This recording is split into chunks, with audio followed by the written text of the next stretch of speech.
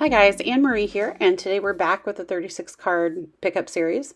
This is the card that I'll be making today. I had to problem solve it, so I had to do one to just kind of work out the kinks. And so I was showing you how it's kind of a Z-fold card, and it has that kind of extra flap. And yeah, we're going to make some more. Okay, so I took 2 sheets of 12 by 12 smooth white cardstock. I am cutting it at 5.5 inches, and again at 5.5 inches, and then I'm cutting off 2 inches from the end of that. So the resulting piece is 5.5 inches by 10 inches.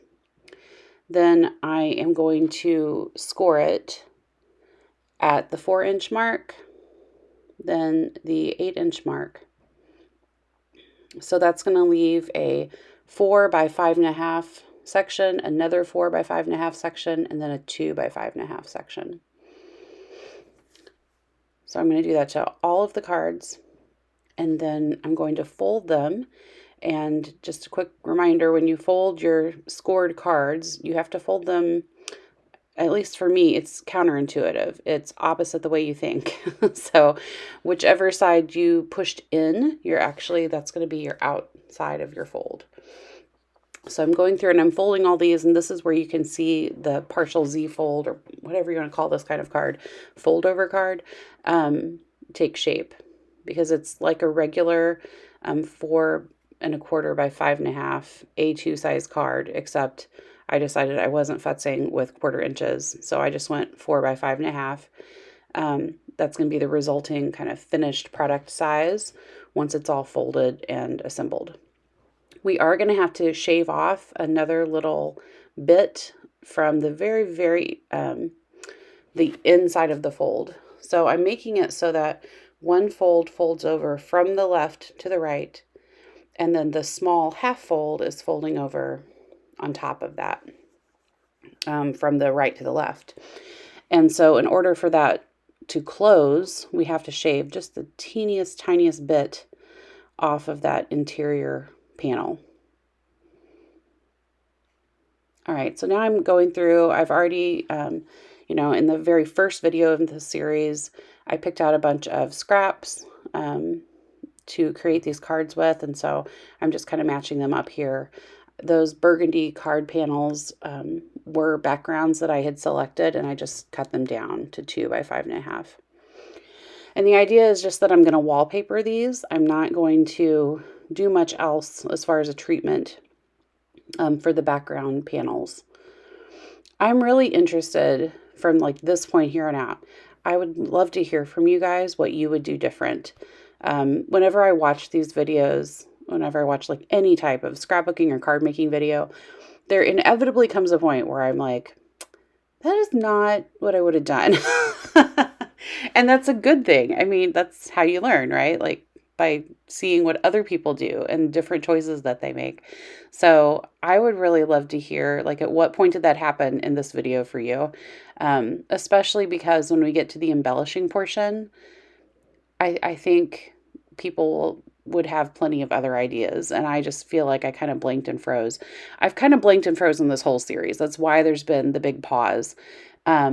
Everything I tried to do for the second set of cards, it just wasn't working. And so I finally was like, you know what? I'm just going to do an interesting fold, and then I'll still just do the basic mat the wreath embellishment and then add some other embellishments on the side and call it good. And that is, that's what I did. But I've got at least 4 more sets that I want to make from this set of kind of supplies. And so I don't know if alternative folds are going to take me all the way there. You know what I mean? I think I was really focused on stash busting with this particular project.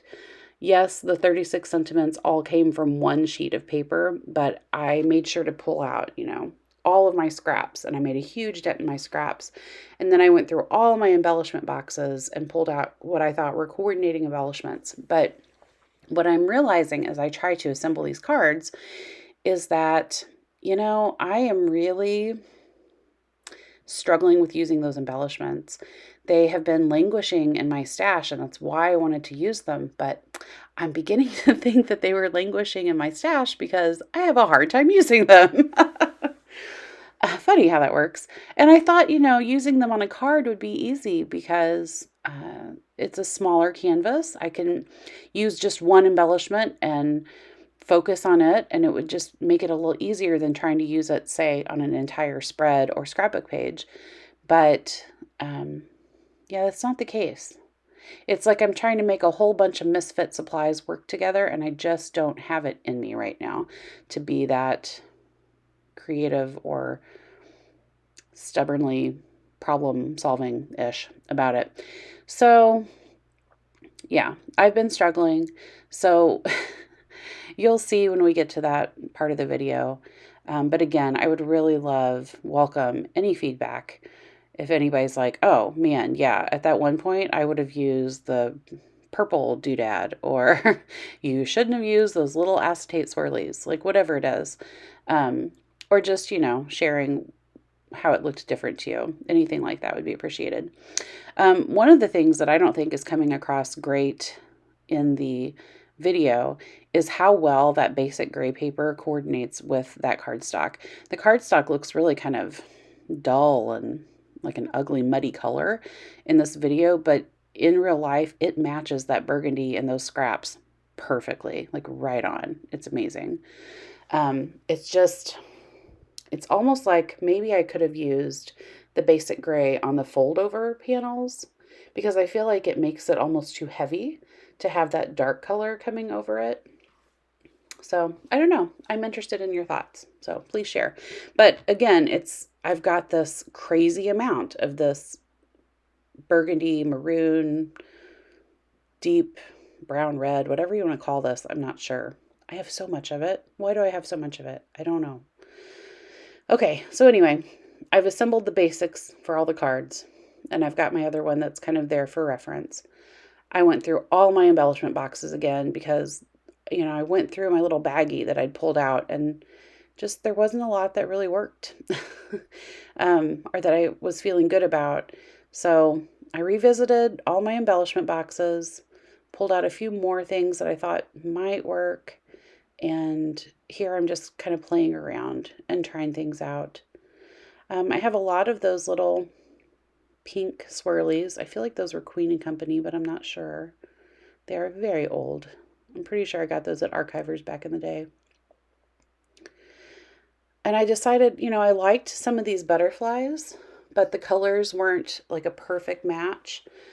So I'm going to come back to that idea here in a little bit.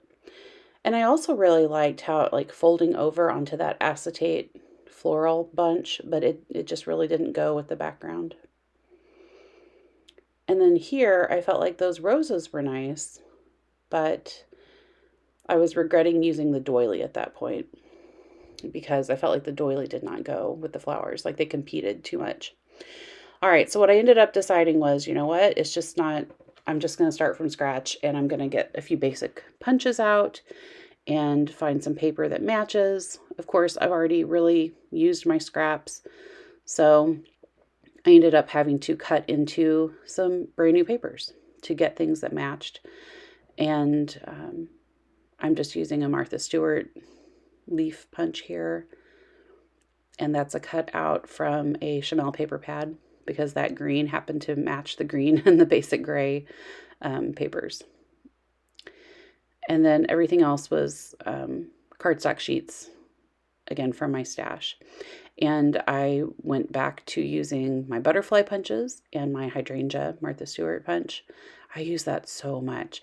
I have a bunch of really cute, teeny tiny flower dies, but when I'm in a hurry, I reach for that punch because they're just quick and easy. All right, so I punched a bunch in the following colors. This kind of sky blue that you can see in the basic gray card front, kind of a baby pink. I did a lot of black butterflies, just solid black, because I felt like the patterned ones, a lot of them competed with the paper. And then I did a few more of the burgundy, but I don't think I ended up using very many, if any, of the burgundy things that I punched. But I kept everything, and it went in the little baggie with all the rest of my supplies for this series. So we might see them come out to play eventually. All right, so I'm just taking all those little punches, I kind of made them into piles, taking some glue dots and making little clusters. A basic formula of leaves, 2 big flowers but in different colors, and then 1 small flower in a repeating color. A couple of times I tucked in the little acetate swirls. I almost said acetate squirrels. Squirrels are on the brain. We're having a squirrel issue at the house. Anyway, a few times I tucked in those little acetate swirls, but for the most part, I think I just kept with that formula of leaves, 2 big, 1 little. And then I played a little bit with butterflies. So you can see kind of my sample over there, and yeah, it's one of those that I'm trying not to overthink it. I'll be honest, I don't love how these turned out. I think if I get the feeling where like I feel like almost forced or locked into something, I don't know. It's like a turnoff for me. It goes from being a challenge to being like just frustration. So I'm not entirely sure why I am the way I am, but that's just kind of what happened, I feel like. I played with the idea of using butterflies instead of flowers, and I kind of liked that.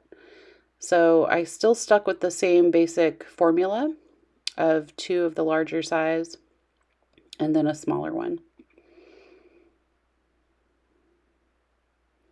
I feel like the 2 different colors, that helps with the contrast. And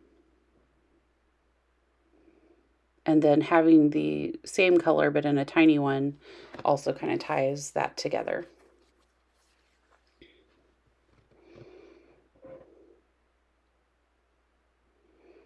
And to add a little bit of variation, I just relocated one kind of across the way, because having the butterflies all piled up, that doesn't work quite as well as having flowers all piled up. So yeah, on this one, I used that little pink doodlebug doily, and there's some amazing creators that can just layer on all of these things and it looks amazing, and I really struggle with that. So yeah, I'll take feedback on that too, because I know that there's people out there that could have added 5 layers and stitching, and they could have used that doily, and they could have used any kind of pattern butterfly they wanted to, and it would have looked amazing. So I am still, I think, struggling with that. I really want to learn that. That's like the whole concept behind that card making stretch video that I made about a year ago, was I wanted to almost analyze it or break it down. Like, here are the ways I'm going to improve my own personal card making. But I still feel like I have a long way to go to get where I want to be, if that makes sense. Here, I only had 1 of the black acetate swirls, so I cut it in half and tried to kind of spread it out, and I didn't love it. So I put it back. But nothing ventured, nothing gained. And I think I put it back slightly different, like both of the swirls pointed the same direction or something. And I am still going to add bling to all this, so these aren't quite the finished product yet.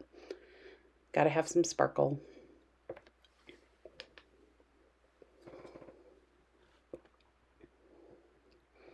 I also liked experimenting with tucking a few elements behind that flap. I wanted to do a little bit more of that than I ended up doing.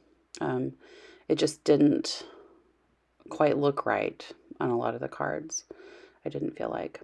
But here, it's that doily, even though I felt like it competed sometimes with things, it also kind of helped up the frou-frou factor. So it was almost like it made it okay to make it a little more layered and complicated. So here I'm just getting out my bling. I'm going to be chopping it up and placing it for the butterfly bodies and the centers of the flowers. I just have a lot of these. I just get these from Hobby Lobby, the Paper Studio brand, or any craft store that I happen to be near when I'm running low on rhinestones.